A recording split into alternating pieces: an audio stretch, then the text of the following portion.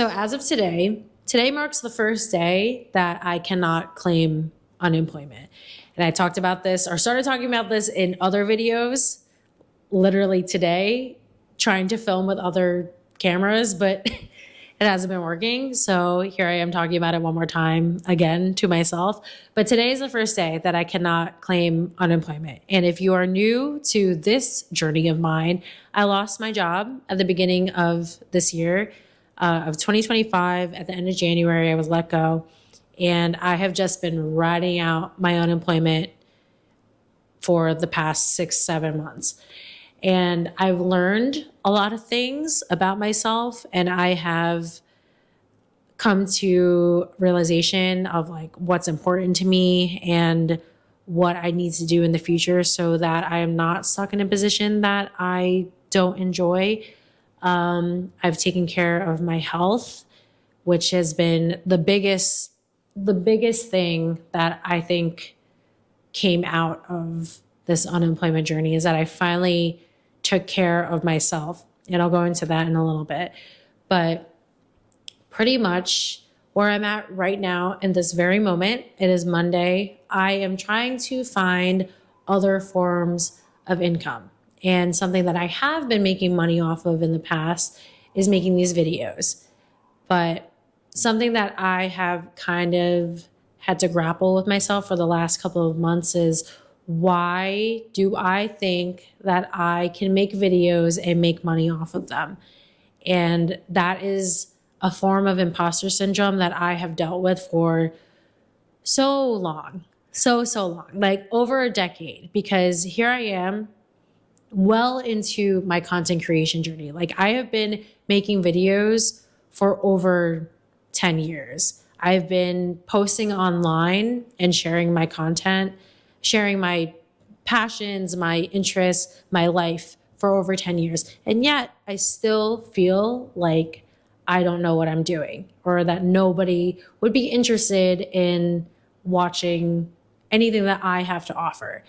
And something that I have had to deal with like over the last couple of months is, why do I feel this way? And I think it's because I've never dove into a form of content like this where I'm just talking to the camera. I'm always hiding behind my hula hoop. And not that my hula hoop content isn't valuable and important, because it certainly is. It is very niche. And I feel like although the community is growing every single day, it also has so many resources online that it's hard to put out content that will be seen by others or that's unique because it's already been done. I just remember when I first started hula hooping,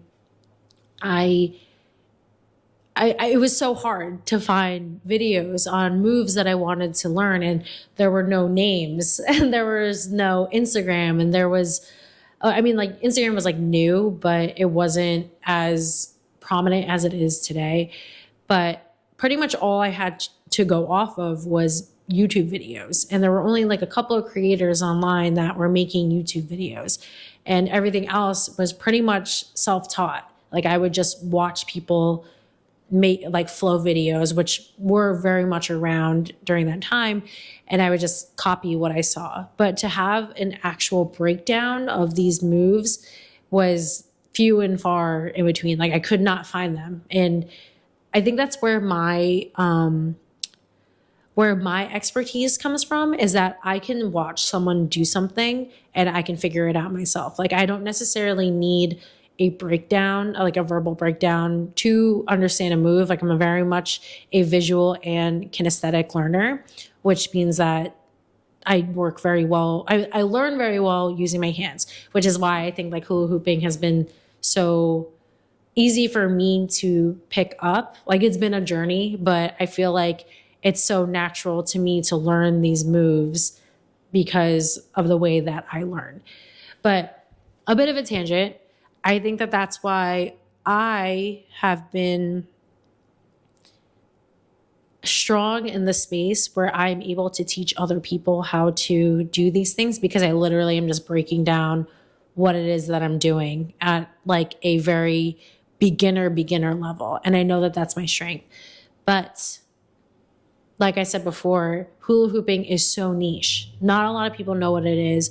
Not a lot of people are interested in learning how to create these moves or how to learn these moves. And not a lot of people can understand or resonate with the life that hula hooping has brought me, like how it has played a role in my character development, how it has played a role in my entrepreneurial mentality, how it played a role with like my mental health, how it played a role with my physical health, like everything. Like I know that hula hooping is a craft and a movement craft, which a lot of people can resonate with, but there's something about hula hooping and creating content and being very vulnerable with yourself with this instrument that a lot of people don't understand.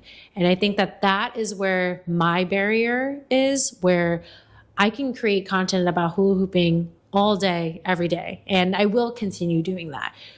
But when it comes to what it actually brings, or how do I break that down in a way that someone who has no understanding of hula hooping or any history of hula hooping can like digest or implement into their own life? And I think that that's where I'm at right now, where I would love to be able to convey hula hooping, like how it has impacted me and how it has played a role in so many facets of my life, to someone that doesn't hula hoop. And I feel like that's where I'm running into issues, because I want to expand this channel and expand my knowledge as a creator beyond the hula hooping space, beyond the flow art space, because I feel like I personally think that I can touch more lives than I have than just the hula hooping community. But with that being said, I'm like saying all of this with a grain of salt, because I don't want anyone who has found me through hula hooping, like, you are the most important people to me. Like, you are always going to be the people that I hope to reach out to, because I know that we can connect on a level that I cannot connect with anybody else. Like, I have so many people in my life, majority of the people that I hang out with, that I surround myself with, that I spend time with on a daily basis, none of them hula hoop.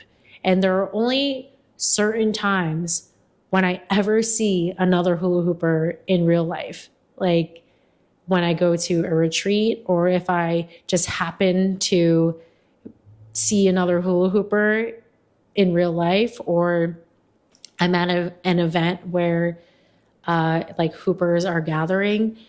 But other than that, in my real life, I do not associate, or I do not relate to many of the people in my life at that level, if you know what I mean. Like, meeting other hoopers, it's something that I hope and wish that I can do in the future so much more, because there is no community around me. And there are some in the city, but not where I live, which is northern, not northern New York, because I hate when people say that, because I'm not upstate, in Westchester. So I'm like right outside of the city. So it's not easy for me to be around other flow artists. But where I have grown my community and where I have found like solace and have found myself be comfortable is in the online space. Like, I feel like whenever I have lessons and I can talk with other hoopers and see their excitement of getting a move down, or see their excitement of when they talk about hula hooping, it's like, yeah, I understand that. I totally get that. But I feel like sometimes I feel like a fraud, because I am just in my own little bubble of being a hula hooper. And it's not something that I incorporate into my day-to-day life, because it's not like the time or place to do that. if you understand what I'm saying. I feel like I understand what I'm saying in my heart, but trying to convey that or like articulate that is a little difficult. But I feel good when I can be around other hoopers because I feel like they understand like how I feel. Like I feel like there is a connection there that is so different from people who don't understand this craft. So as I'm saying that I want to expand beyond the hula hooping community, I also want to emphasize that this is like the number one community for me always. And I hope that more opportunities arise where I can be around other hula hoopers so that I can make that connection in real life and in real time. But for the time being, it's just online. And I'm okay with that because at least it's something, you know? But this imposter syndrome that I am feeling lately is that I'm so bad at articulating how I feel or translating how hula hooping makes me feel and how I am in this human experience and like going through the human experience and being able to articulate that to others. Like that's what I've realized that I'm having such issues with. And I think the reason why I'm not comfortable with doing it is because I don't really talk about it.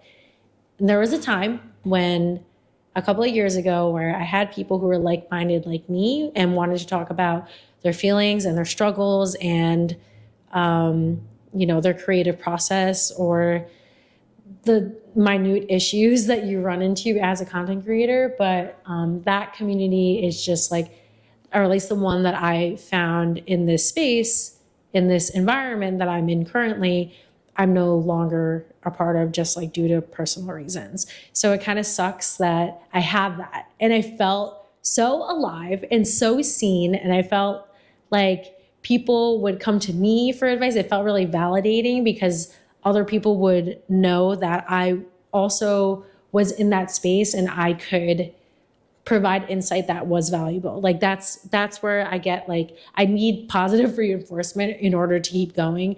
But since I don't really have that in this town that I'm in, the city that I'm in, I have to find it from within. And obviously that is going to be the long-term objective, is that I need to find this motivation and this validation and this like creative will from within. Because if I am unable to get that from others right now, then I need to find it within myself. So this is me just rambling, obviously. Like I feel like this is so, I don't know, like it makes sense in my brain because I'm just like saying it out loud, and it is messy and not linear, and I feel like it's just all over the place. But I feel like what I am struggling with right now is being able to connect with an audience that I have not been able to connect with before, because I've been hiding behind creating content that is solely about hula hooping, because I know those people will understand what I mean and understand how I feel.